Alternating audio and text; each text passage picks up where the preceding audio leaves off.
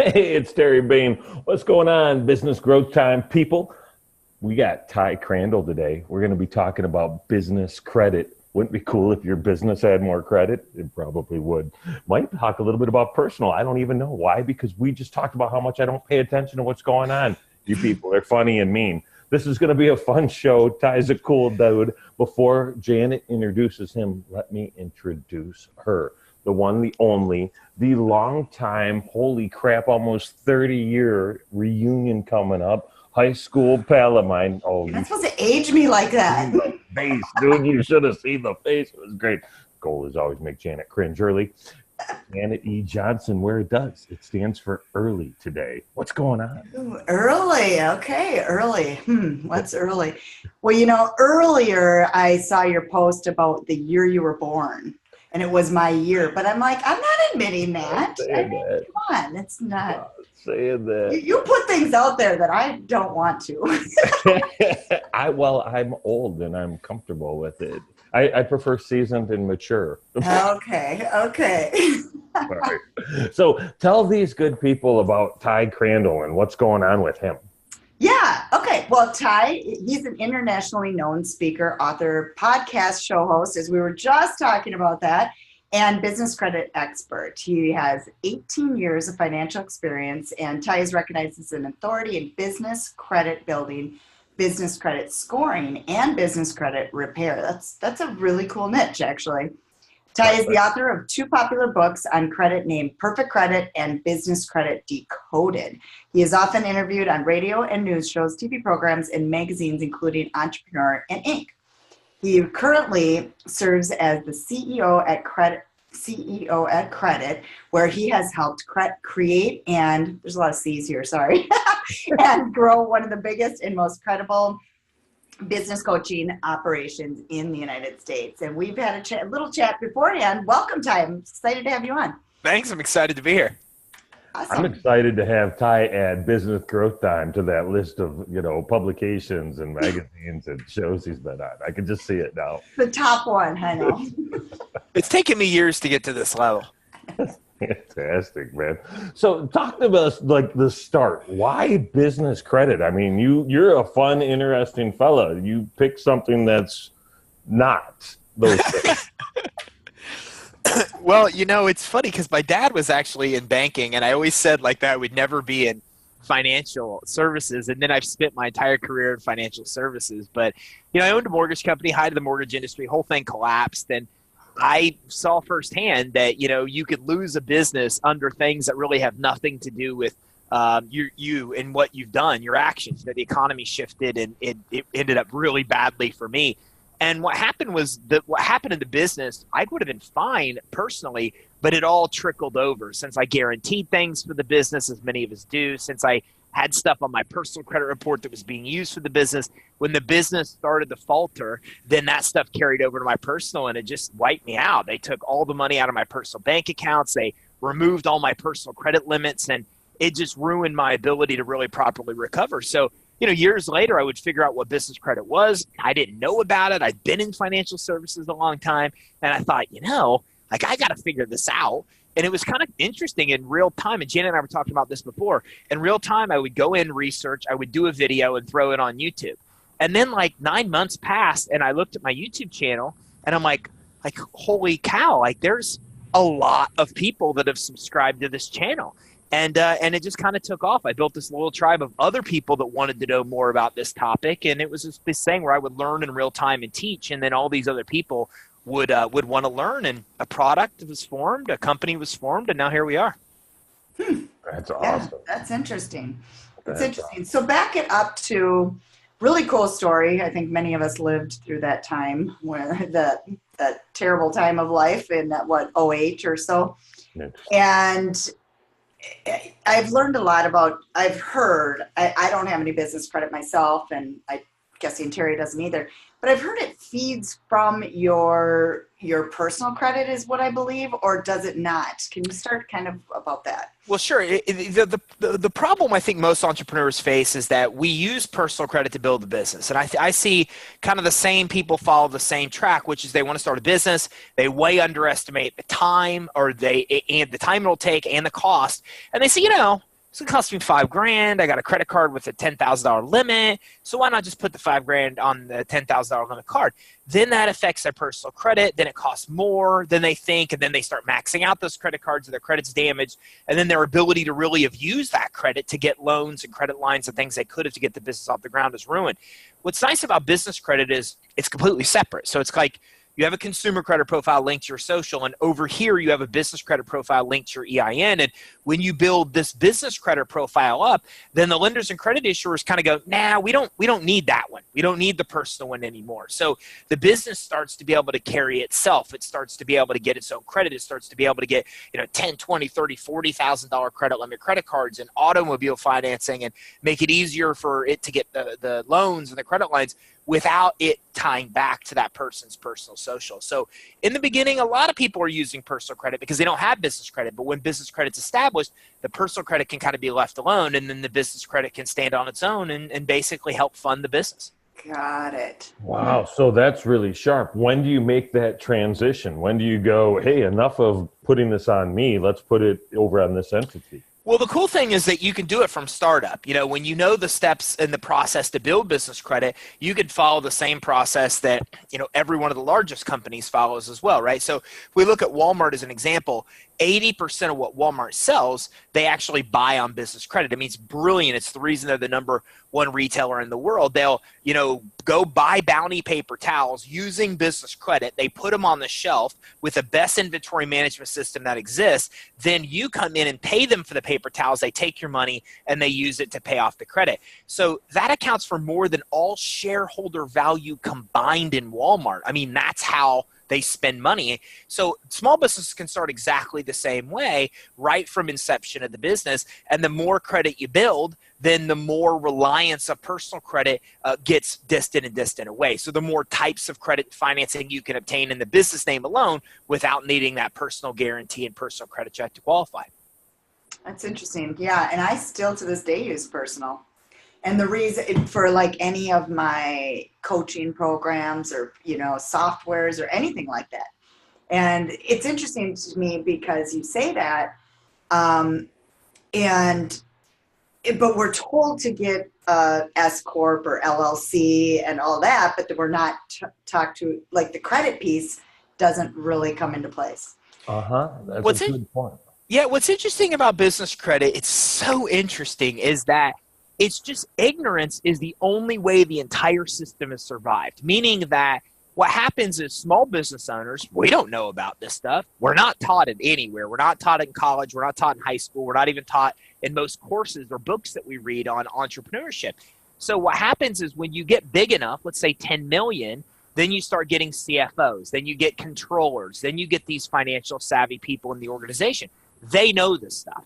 So they immediately come in and start making the owners separate that guarantee. So it's kind of like just the fact that we don't have the information is what's kept it away from small business owners' hands. But the interesting thing is the startup can accomplish and start building as much credit as a $10 million company following exactly the same steps. It's just the startups and the businesses that aren't to that level just typically don't have the knowledge or weren't taught what's needed to get there, whereas those bigger organizations have those people that know that stuff. So it's that lack of knowledge is the only barrier between startups obtaining that same amount of capital that the bigger businesses are getting. So that's an interesting point because I've heard about business capital or business credit over the course of the 20-some years that I've been smashing my face into the entrepreneurial wall. But because of those 20-some years of smashing, I'm like, sometimes my credit is crap. Sometimes my credit is up, depending on what's going on, right? And so the mentality was, well, how am I ever going to get business credit? Because I'm looking at my score. I'm not sure I could go finance, a tricycle right now. Well, and that's what you describe is very common for entrepreneurs, right? So we are risk takers. And I remember always saying that I will put everything I have on the line for that I believe in because I'm just built that way. I'm built to risk it all for what I believe I'm able to accomplish. I'm cool with making my own luck. We all are as entrepreneurs. We just think that way. So consumer credit's often banged up as a result of that because it reflects our extremely risky behavior type. stripes, right? It just reflects that, and there's this great adage, but I don't remember anything of, where at the end of life, you want to get to the end slid in, all dirty, all tore up, being like, heck, that was a heck of a ride. And that's exactly what our credit reflects. But the business really should take on that risk on its own credit profile, so the risks you're taking on the business don't carry to the personal side. It's the same thing with liability too. You don't want to start obtaining debt in the business for the business and then be personally liable if you don't have to be. Because then if something happens, which like I have lived through, completely out of your control, and the business takes a hit, it takes you down personally like it did me. The world is created where you're supposed to separate that liability. The business is supposed to fund itself. The business credit's supposed to take the risk. And when you do so, you can leave some of that risky behavior away from the personal, let the personal recover, have a good personal profile and score, and then you also have the business credit profile and score, which reflects most of what we're used to with entrepreneurs taking risks. Can you just give me some business credit now? Because that would be good. I'd like to just start like now. Now is good. It's exactly really the same as consumer credit. If you think about it, I mean, with consumer credit, you start with some small secured credit cards back in the day. If a lot of us don't even remember getting started back then. And then with business credit, you just start with what are called like vendor accounts. So you're going to places like Uline and Quill and Gimplers and Granger and Strategic Network Solutions. These are vendors that offer stuff we all need. They offer office supplies and shipping supplies and computer technology and networks, but they will give you small lines of credit, and then they report your payments to these business credit reporting agencies. So ultimately, you're doing business how you normally would. You're spending the money you normally spend. You're just doing it with vendors that actually will take that and give you credit for it on your business credit reports. And when that starts to happen, then you have a credit profile and you have a credit score. And then that establishment of a credit profile and score shows you're legitimate and credible to revolving credit issuers like Lowe's and Home Depot and Amazon. And then they want to start giving you credit. And then they start giving you revolving credit cards. And then as you're using that and paying back responsibly, just like with consumer credit, you just build. The limits get higher and higher the more types of credit financing become available. So fundamentally, it's exactly the same as consumer credit. It's just you have to go into it with a purpose, because it's not like you walk into Target and are offered a 20% off because you take their credit card. Those things just don't happen in the business world. No, and that makes sense. So it's kind of crazy to think about. What's some of the steps to get started? What do you said it's like the first time. I mean, the first time I got a credit card, it was because they had a 2-liter bottle of Mountain Dew, right? Did they go to your college campuses and pass out credit cards with soda too? And you were like, yes, I am thirsty. Absolutely. Credit. Who wouldn't get a credit card for? I mean, I get a Mountain Dew and a piece of plastic to go with it. That's fantastic. 2 plastics. They do that in college, but like my son's not in college right now. He's 20. And we just we paid to get a credit card for him. Just that first credit card. They call that a secure credit card. Mm-hmm. So it's like 200 balance or something like that. And so I get what you're saying. He had to start somewhere. It's a good way for them to start. I mean, in the business world, the very first thing to know is that if you're going to start applying for these kind of vendor accounts, then you don't have any credit established. It's going to come down to credibility, which means it all comes down to what's on that application. So I always say when you're filling out an application for credit or financing, make sure that what you're putting there reflects that you're a legitimate, credible business. So as Jana said, get an LLC, get a corporation, get an entity other than a sole proprietorship or a partnership, because in sole proprietorships and partnership, you are the business. So if the business ever gets sued, and I'm not an attorney and this isn't legal advice, but if the business ever gets sued, then you could be sued, right? So set up that entity.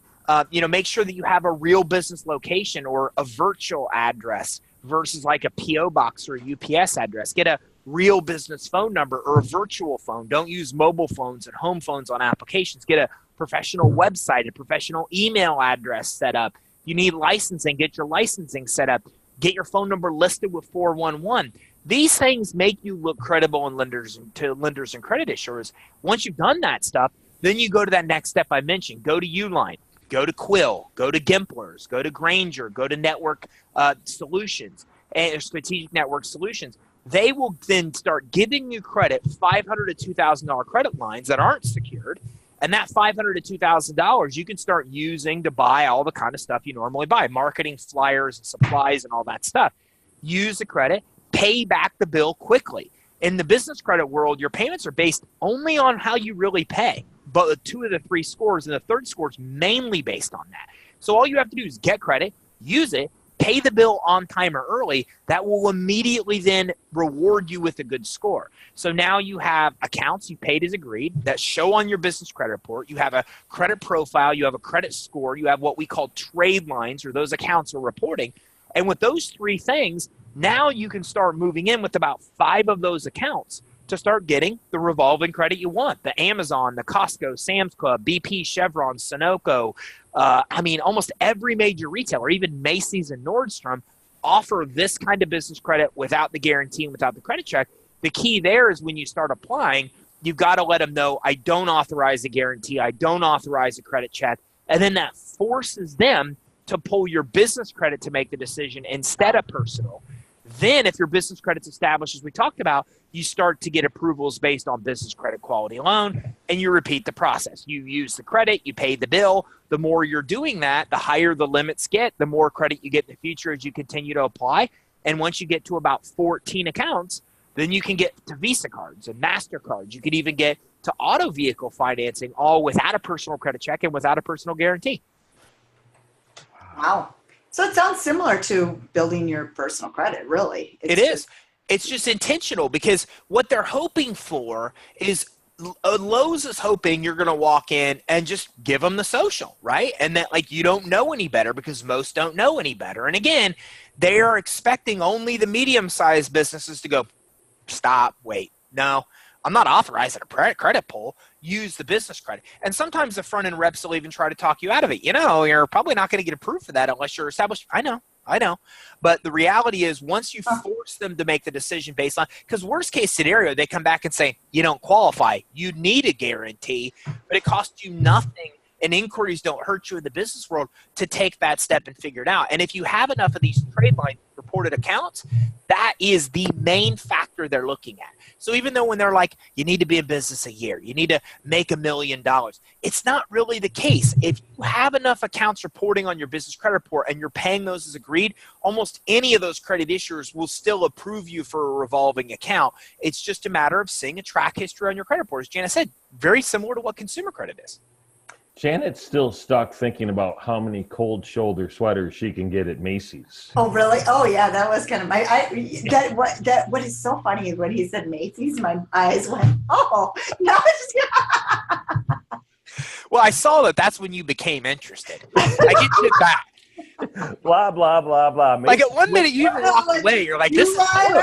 Boxes. They have Amazon credit. Hold on now. Yeah, exactly.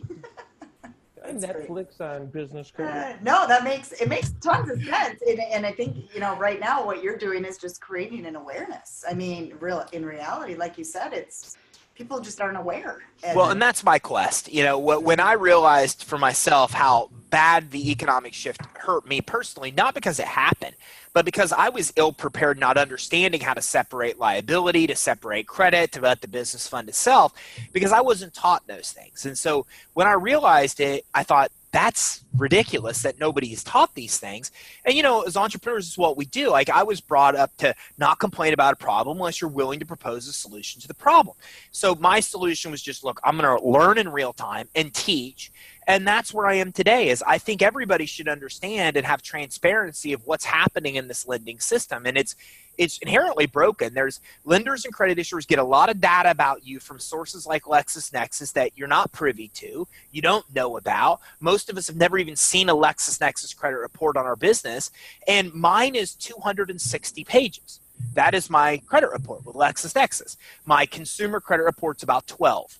So they're getting all this data, these books of data that we're not aware of, and all this stuff happens behind the scenes, and all this is being used to make lending decisions about us. Whereas if we would just be privy to that, like if we would know how the system works, then we at least have a fair chance to work within the system and accomplish what really we're entitled to, which is a fair shot to be able to get the financing that's out there available. And I just think that that's important, to have that transparency in the lending and credit system, to know how it works, so then you at least have a chance to go in and work within the system and actually succeed. Yeah, very cool. How long does it typically take if you get started with it, how long does it take to build it up where you're at the level of that you just don't even have to touch your personal credit anymore? Well, look, it's you're able to get $20,000, $30,000, $40,000 credit limits at almost every major revolving source or retailer within 6 months or less. Like our clients get there, and I'm not doing this as like a way of like selling us, but if you're not working with experts that really know the step by step, it could take 2 years. It could take time to do because you're figuring things out more through trial and error. But we're seeing clients get to the end tier in about 6 months, but it's going to take a lot longer to start getting loans and credit lines without a personal guarantee. Loans and credit lines are going to need personal guarantees from you for quite some time until your business really gets to be more well established. And the reason for that is that lenders that lend on loans and credit lines, unlike credit issuers, as we know, they're very big on automated approvals. Like if we go through and have all these checks in their system, they'll spit off automated approvals. Lenders are different, though. Lenders are going to look at that business credit report for other scores. They're going to look at your financial data. They're going to look at your employees. All of that stuff is on your business credit reports as well. So they start digging into more aspects of the business, which require you to be a lot more well established. But you can get a $30,000 Visa card. You can get a $40,000 Home Depot and Staples. You can do all that in 6 months or less. It just takes years to really get established enough to ever get loans and credit lines without the guarantee, unless you're pledging some kind of collateral. Okay. Yep. Makes sense. Makes sense. Wow, that's fun. Hey, I'm sorry about that noise earlier. I was checking out your YouTube channel. I don't know if you guys... Oh, I didn't hear it. No. Oh, so I'm admitting to being mildly distracted for no freaking reason? I thought I had something. Never go to YouTube. If you go to YouTube, it's a constant distraction. I mean, I have little kids. Like that's all that happens. They just live on YouTube, and then I'm like, "What are you watching?" And they start with one thing, and they're like 9 levels deep into something completely different. And my guess, Ty, is they're not watching your YouTube channel. No, they're not. But it's weird. They both already have business credit. They do. They do have they have excellent credit scores at 8 and 10. They have excellent credit scores because before they changed the law, which was last June, you could add kids and they didn't have to ask the date of birth. So you could add kids as authorized users to credit cards. So we had our kids added as authorized users to our credit cards. So they already have 700 plus credit scores. You can't do that anymore. Now they ask for date of birth and they're like, your kid's like 8. So no, they're not going to be. But it was pretty cool to get in like that. Is cool. That's a neat tip in the past. But yeah. Obviously. You would have had me on a year ago. Think about where everybody would be now. That's so funny. Yeah, I mean, it is silly. I was like, I've never paid to get a credit card in the past. It is kind of silly that because my son, he has a car and he has a great loan with a Infinity Bank. It's a credit union. So he used my credit to get that, but then he fed off of it. Now he can get his own. But then he went and applied for a Macy's or a Best Buy, and he kept getting denied. And I'm like, those are just dumb little cards. Why are you getting denied? Well, then that's when we figured out we actually have to get a secure card. I mean, we couldn't figure out anything other than the secure card. As soon as he got it, though, boom, he just jumped. All he did was spend a little money, pay it off, spend a little, pay it off. So it sounds like it's a very similar thing to, the business sounds like a parallel from what you explained. You just described it perfectly. And so many people want to just go to Staples. They want to go to their bank and immediately get those credit cards. And I say exactly what you just said. You didn't start your personal that way. You couldn't have walked into Macy's or Staples or your bank and got a credit card right from the back. It wouldn't have happened. You had to start with these small secure ones, which in our world, it's this vendor credit. It's the Uline and the Quill and those vendors. And then you proved yourself with a credit profile and score. The difference is in the consumer world, it takes you 6 months when you first get credit before FICO will even give you a score, whereas in the business world, you can get that score within weeks. So within 6 months, you can get to like the highest limit credit card you can get. And in the consumer world, that's what it takes for you to even get established. So much easier, much faster to build business and corporate credit than you'll ever see or experience on the consumer side. That's interesting. Huh. Really cool. That's really cool. I'm thinking about my lease on my car is up in August, right? And I'm like doing the math. I'm like, do I have enough time? Can I go get this? One of our clients has got $140,000 in financing at Ford with no PG, no personal guarantee, and no personal credit check. Wow. So it's real. What's really possible? It's so cool. And she gets $150,000, $300,000 individual limits on sources all the time. But it's because, some people hear this and they think, okay, well, I'm going to go follow these steps to get business credit. But you don't think of it that way. You really have to think of it of what do I need to grow the business? And then she goes and gets the credit she really needs and then uses that credit. And since she's using so much, her limits get so high so fast because, the credit bureaus see that she's put 10 grand on it this month and paid it down and 5 grand this month, et cetera. So the key is to really get it and then use it. And the more you're using it, the higher your future limits will be. Yeah, that makes sense. Huh. That's really good advice, man. That's really good advice. So how do people actually work with you? How do they hire you to help them build credit? Well, there's two things. We have, and I'm really big on free education and information. So if anybody goes to our website, creditsuite.com, they'll see at the top right of our page our social channels. We have hundreds of videos on YouTube. We have daily tips on Twitter and on Instagram. We go live on Facebook. We go live on YouTube weekly. We have a podcast. So tap into the free information. It's a great place to get started. Of course, we have paid services as well. And at our website, creditsuite.com, you can get that information as well. If you want to work with our experts and, actually go faster through the process, you can. And we also have a really cool guide at creditsuite.com/EIN that maps out more in depth the exact steps to build business credit. So my advice is grab the free stuff. Grab that free guide. It's been downloaded over 2 million times now. creditsuite.com/EIN. So it's a popular guide. And if you're grabbing that, that'll help you in a lot of that other free training. And then if you're ready to move on to the step of working with the company to help you, then check out our reputation and, give us a ring. We'd love to talk with you more about it. Awesome. That's great. Smooth, yeah. man. Thanks, Ty. You've been asked that question before. Well, I have. I've rehearsed that. I actually had it written on my hand, the answer. You just couldn't see it. I kept it off camera. But this is what was really going on. That's a good move, dude. I like it a lot. That's awesome. Yeah. All right. What else do we need to talk to Ty about? Okay. Let's leave it with a final thing here. With somebody thinking they want to do this or possibly go, okay, maybe they're even a new company that just started their entrepreneurship. I mean, that's probably the best people because, us old timer entrepreneurs, we've already kind of ruined it. But bottom line is, what would their first steps be? The very first step before you get any kind of money is really scrutinize your own credibility. Do you really have a professional website? Are you still using a Gmail email address, or do you have one that's kind of an extension of your domain? See, Janet, you smiled. You're not guilty of that, are you? Oh, no. Okay, I see so many that are. No, you see it. So, get a toll-free number. It costs like no money to do so. Get your phone number listed to a 411. Make sure you have the necessary licenses. Have a bank account and a merchant account set up.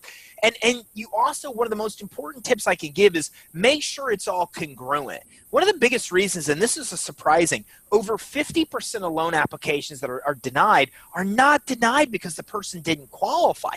They're denied because they're putting information on an application that when the lender is going to places like the Small Business Finance Exchange and LexisNexis, they're seeing discrepancies. And so what happens is they immediately think it's fraud and they immediately kick it out and deny the application without ever even looking to see if the person qualified. And this happens more than half of the time. So make sure that the information you're putting on an application is congruent. If you've got a phone number out there on Yelp that's different than Bing, that's different than Facebook, that's different than Instagram, that stuff has to be consistent because, believe it or not, the business credit reporting agencies go to the Yellow Pages. They go to social. Their crawlers are crawling these places to gather this data, and what they're all looking for is congruency, consistency. Is your address the same across the board? Is the spelling of your name across the board the same? Is your phone number all the same? And believe it or not, we see people turn down for pretty good sized loans because of basic things with this, that when they then go and figure out the Secretary of State has a misspelling and correct it, it immediately results in an approval. So make sure that your stuff reflects you're legitimate, that you're credible. Make sure it's consistent. It really is the first place to start getting any kind of money, because that'll get you over that hump of not getting denied because of potential fraud. It's going to give those computers exactly what they're looking for in their checks. That's really the first step to take. And then go check out some of those vendors. I've got a bunch of training on YouTube about other vendors as well. Get some of those vendors. They sell stuff you need now anyways, and start building your business credit while getting the stuff that you're going to use to grow the business anyways. It just makes sense. We, as a company, spend hundreds of thousands of dollars on credit cards every month, and we pay off hundreds of thousands of dollars worth of credit cards. We put on credit what we pay off, but we put on credit because then the bureaus see that we're using all this money, and then that helps us become more lendable when it comes time to get money. So do the same thing. Start using business credit to spend what you normally spend, even if you buy it with cash, pay off that credit, and at least get credit for the credit that you're using, and then it helps make you more lendable, helps you get better terms on financing, and makes it easier to get those credit lines and loans you'll want to get as well. Yeah, makes sense. Solid, man. We should have him on again. Can you talk about other stuff? Like, can you make Instagram interesting? Because I'm trying to figure that out now. Can you, like... There's a lot of things that I could help with, and social media is not one of those things at all. I'm on social because people hunt me down if I'm not on social, but it is like torture. It kind of is a sense of torture, to be honest with you, Terry. I appreciate that, man. Where, I know you're in Florida. Where are you? How close to the beach? Let's talk about important stuff. I'm in Tampa. I'm about 15 minutes from the beach and about 30 minutes from everything else, including the nearest airport. I like to fly for fun, so the nearest airport that I can just go grab a plane and take off from. So I'm pretty close to almost everything you can want. You come down here, because I know it's not warm up there right now in Detroit. It's the lake is unfrozen, man. So paddleboarding season begins. That's awesome! Congratulations. So that's cool. We're actually talking about going down to Lido. So if that actually becomes a thing, and I'll let you know for sure. Yeah, you're more than welcome. I prefer to live in a place where we don't refer to the water ever as being frozen. That's just personal preference, you know. It's a little bit different. You know, I never talk about the ocean being frozen, which is why I live down here. It's kind of a nice benefit. Yeah, no kidding. Have you been there your whole life? I've been here since '99. I was born and raised in a farm town in Indiana. I went in the military to see the world, and they stationed me an hour and 50 minutes from home in Ohio. So that strategy failed miserably. Wow. And then I had to get out of the military to go somewhere cool. And then I moved down here, and I've been down here ever since. I love it. Were you at Wright-Patterson? Where were you in Ohio? I was in Wright-Patterson. Okay. An hour and 50 minutes from my home. I'm like, this is horrible. This place is as bad as the place I came from. What happened? Well, we're jealous. I tried to get out of the state about 5 times. Then I had children, and they won't let me anymore. So stuck for a little. I like Minnesota. The things that are interesting to Minnesota is the cars that go around with like the ice fishing huts on the trailers behind them. I'd never seen that anywhere else before. I'm like, what is that? They're like, that's an ice fishing hut. And then I would explain. I would take it to the. I thought that was interesting. And then how everybody goes out and then rides snowmobiles everywhere. And then I go by like bars, and it was all snowmobiles, and then people like be out drunk riding snowmobiles. I love Minnesota. Like, I saw things I'd never seen before anywhere other than Minnesota. See, now you're just turning you're talking about the stuff in the state that just embarrasses me. That's the stuff I remember, though, being from outside of the state. That's the thing. Oh my God, like Fargo ruined my life. The movie just ruined I mean, people thought we just tipped cows here. I mean, imagine being from Indiana, okay, and have actually tipped cows, okay? Okay. I get a lot of that too. They're like, you tip cows? I'm like, that's just ridiculous that you think just because I'm from Indiana. I mean, I have, yeah, but you know. Just to bring it up is rude. Yeah. Oh my gosh, well, we could go on and on because I'm in Farmington with cows in my backyard, but. Look, cows are much heavier than one would expect, and tipping one is not an easy feat, just for the record. I mean, on your feet and doing it is impressive. Yeah, I'm not saying from experience. I'm saying from like what friends have told me. Oh, I'm sure. Yeah, that's great. That's great. Well, I'm glad it's from Indiana, not Minnesota. So, Right, because we never did that in Minnesota ever. no, It doesn't no, even happen. no. No one's That's ever funny. face planted in a cow patty. Well, awesome, Ty. Well, I want to finish up one more time. Repeat where people can find you and all these great resources that you have. creditsuite.com/EIN. That'll get you a great, cool guide. And then at creditsuite.com, we've got a bunch of other links to free training on the top right of our page. And as sweet as what he's doing at Credit Suite is, it's like a suite of sweet things as opposed to something that's totally sweet and tasty, right? SUITE. Let's just, because people are listening, they're not I reading. didn't even think about the WE. But it really is sweet that you'd say that, Terry.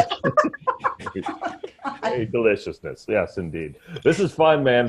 Janet, where does Ernie find us if they're looking? Yeah, it is just businessgrowthtime.com/podcast. And then we have hundreds of shows, past shows too, talking about anything from entrepreneurship to business networking to social media. And then we also have our Facebook group, businessgrowthtime.xyz. We'll take you right there. Beautiful. All right. Thank you, Ty. Thank you for having me. It's been a blast. Good time, man. Good time.